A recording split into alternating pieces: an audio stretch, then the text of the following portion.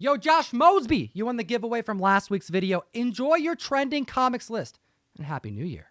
Starting off the year right with my comic fam and Russ, the comic sensei. He's an Overstreet price guide advisor. How you feeling? I am absolutely wonderful, Tom. Ready to start this year off on the right foot with some amazing comics to talk to you guys about this week. Trending books. Hit the subscribe button. You know we're here every single week. We've been doing it for over 2 years. And let's start off the list at number 10. Wow, Tom, has it really been 2 years? This is incredible. And you know what book we've been talking about for almost that long? Wonder Woman number 7, which makes its way onto the list at number 10 this week. $50 average sales, a high sale of $350 for a CGC 9.8. We'll get to that in a second. But after seeing Wonder Woman 1984, probably the biggest movie to come out at home on our small screens in comparison to the theaters.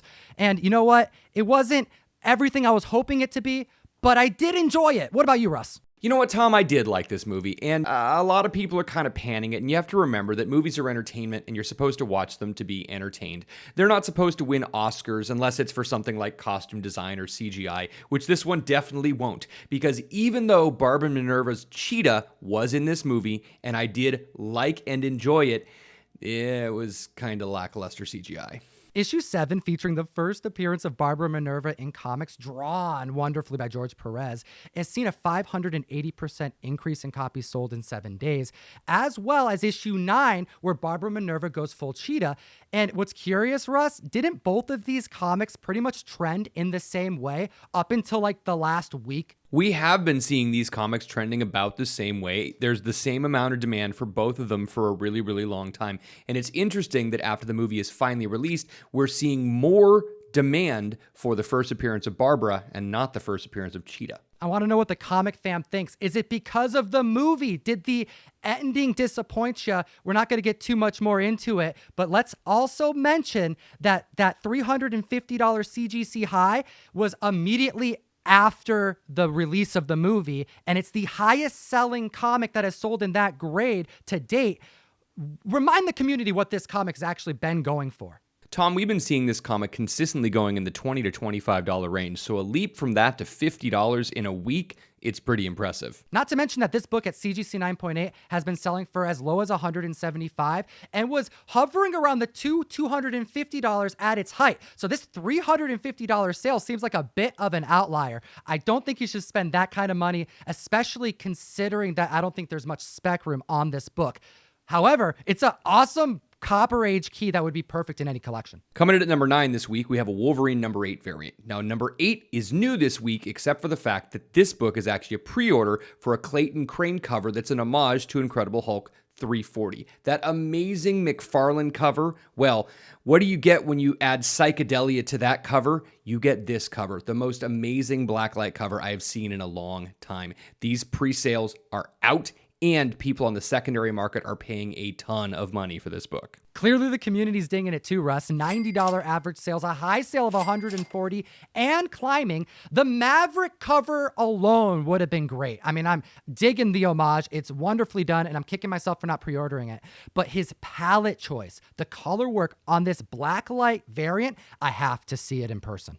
Number 8 on the list this week, we have a James Tynion book that everyone has been talking about, Department of Truth number 1. Department of Truth number 1, cover A. This comic's going for $10 average sales and a $90 high for a CGC 9.8 because of the November Key Collector announcement. 2020, inside sources tell Key Collector that a high dollar bidding war has ended for an ultra-relevant conspiracy theory story, Department of Truth. There is a lot of interest on this project that is attracting A-level talent for a movie. And I want to remind the comic fam that it matters when Key Collector Comics posts this type of news and announcements. I'll remind everybody about the Secret Invasion spec that was validated in 2020, called in 2019. I'll remind the community about Russ and I hitting this table confidently, letting the entire world know that Peacemaker, not the modern day Peacemaker, but the OG Peacemaker, was coming to the screen way before any site announced it, and it was validated in 2020. Utilize the code Tom101, keep up on all things comic news.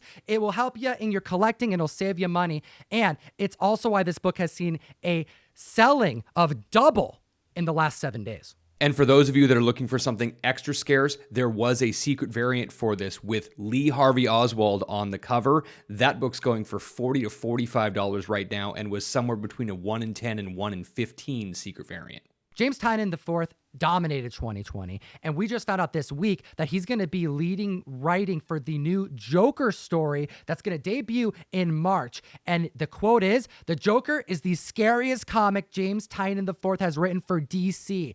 This right here means that we have more to expect from this creator, and I cannot wait. And now at the list, at number 7, we have Dr. Aphra number 3 from 2017. Tom, don't you mean Darth Vader number 3, the first appearance of Dr. Aphra? No. I mean, that book's been going for $400 in a CGC 9.8. Love that you bring that up, Russ, because back in 2015, Dr. Aphra made her first appearance in Darth Vader issue 3. In 2017, in Dr. Aphra issue 3, we have her name being revealed, as well as her first love interest. So, Tom, this may be a sign that Darth Vader number 3, first appearance of Dr. Aphra, has priced itself out of the market. When people are chasing things like Dr. Aphra's reveal of her first full name, Chelly Lona Aphra, or the first appearance of her love interest, Magna Tolvan. I mean, this seems like an interesting book for people to be chasing, but you never know. She is a very available property, and with everything that's happening in the Marvel Disney universe, there's a good opportunity that we are going to see more happening with Dr. Aphra. $10 average sales and a 500% increase in copies sold in 7 days.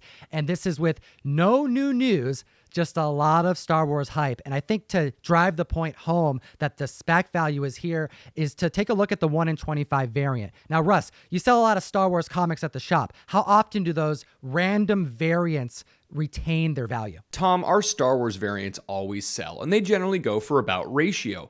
Although last few months, we've been seeing more things spiking because of The Mandalorian, and we're seeing these ratio variants going for more than we expect. Makes sense why we're seeing this Juan Jimenez variant of this issue hit $200 average sales. All right, let's move on to number 6 on the list because I dig this homage. Mighty Avengers issue number 13. Tom, this homage to Avengers number 16, where Captain America is standing on the cover with his arms up saying Avengers Assemble. It's so great because I love to see him as a Skrull. And this is a really, really cool book because all of a sudden there are a ton of first appearances. And we know the comic fam loves first appearances. $12 average sales, $30 high sales for a raw copy. And this is relating to the Secret Warriors. They make a first appearance in this comic book. Nick Fury has to team up with this young group of heroes to combat the Skrulls during the Secret Invasion storyline that we know is coming to Disney Plus eventually, which is why this slate of first appearances is of high interest to collectors. Bear in mind that because the Skrulls can impersonate the superheroes that we know, Nick Fury actually assembles a team of the children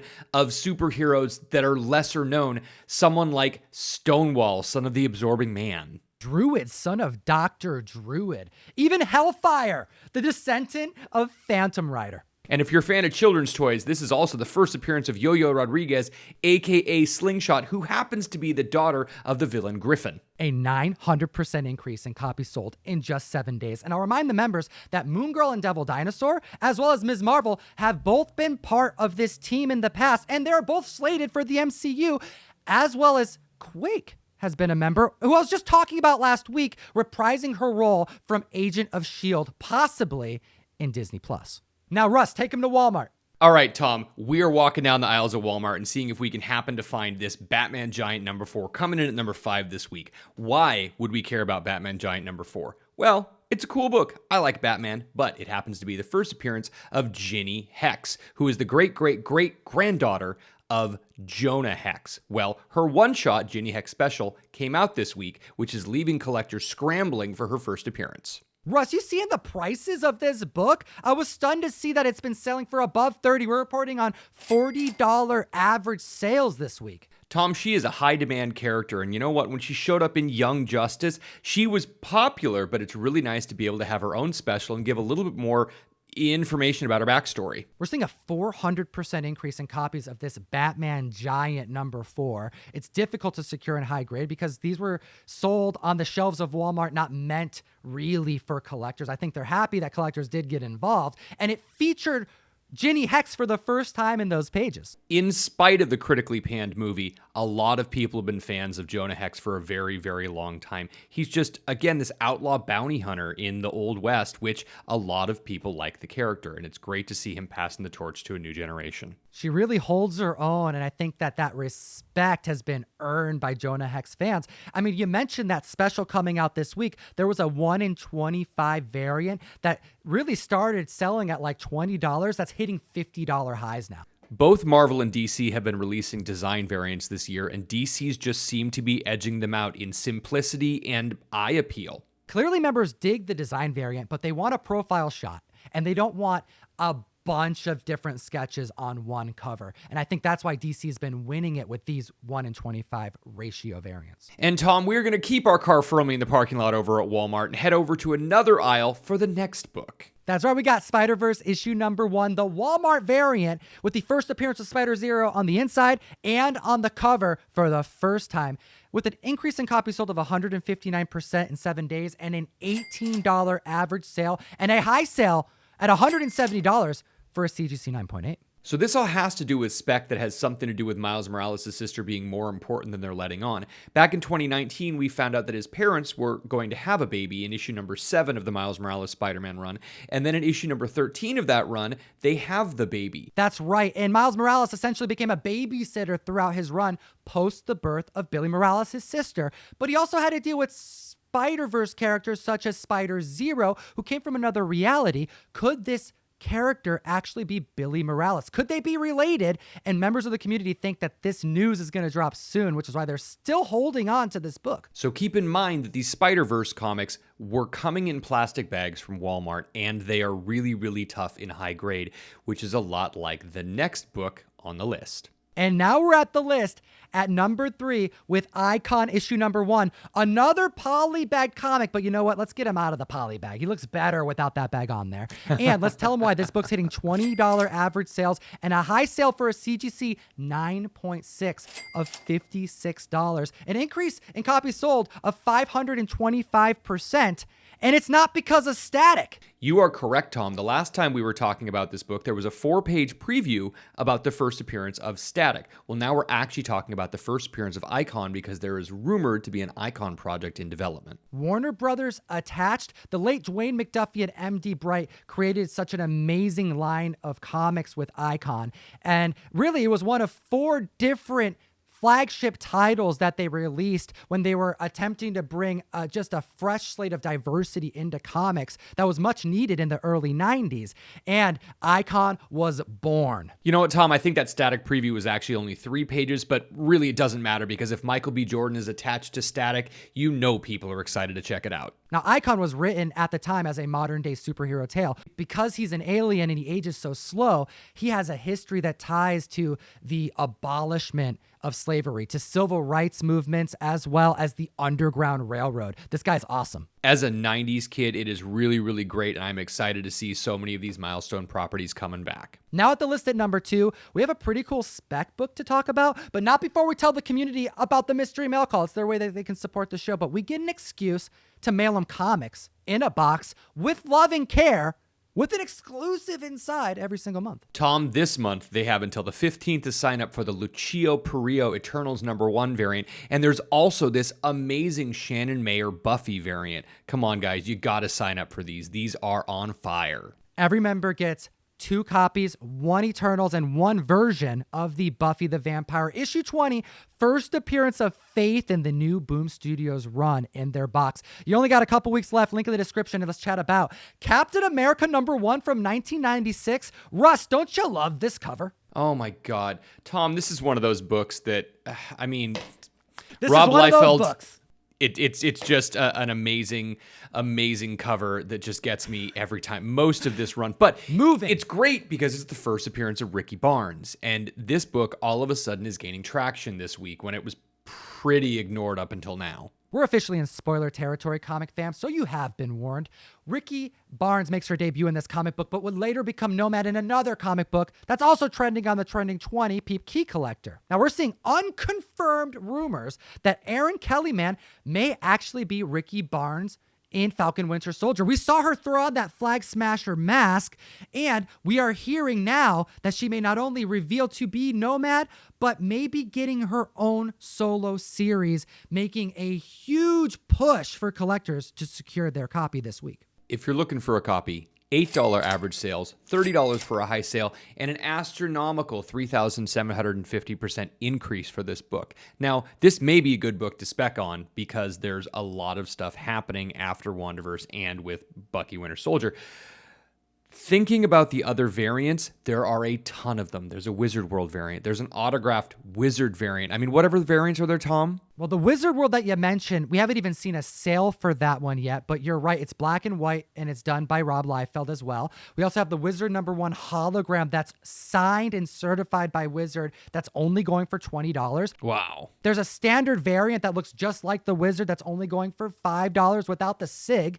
And then there's also this very intriguing gold edition that was limited to 2,100 copies with a cert that's only going for $12. Interesting that Rob Liefeld's signature is selling for so less. How much does he charge at a show? It's easily $50, and especially it's more if you want to get it slabbed, if he's even doing slabs right now. Now we're at the list at #1, the #1 trending book of the week, Comic Fam. Hit the subscribe button. Enter to win this copy of Phantom Starkiller, the Comictom MillGeekComics Mystery Mail Call exclusive. It could be yours. And let's chat about a comic that's on the list, not because of the story, but because of the solid cover. #1 on the list, Amazing Spider-Man #55. And what happens in this book? Pretty much nothing we were expecting and nothing that needs to be talked about. But the cover is amazing. The buzz about this book because of the cover has been off the charts. $12 average sales, a $20 high sale, and climbing. And you mentioned it. Members of the community have been saying that it didn't really meet its promises. The narrative, they kind of built up to something that members felt like it didn't really happen. However, this Spider-Man design of only webs with a black negative space background, like, I can't believe they didn't think to do this before. And I have a feeling, like many others, that this Patrick Gleason cover is going to be one of many to come. Tom, if Marvel knows what they're doing with variants, and most of the time that they do, this is something they'll get behind. We know that we were seeing those John Tyler Christopher variants with all of the negative space. This is another one of those that would be amazing to do with all of the Spider family. That's right. Those JTC variants, all of 2020, one after another, just pushed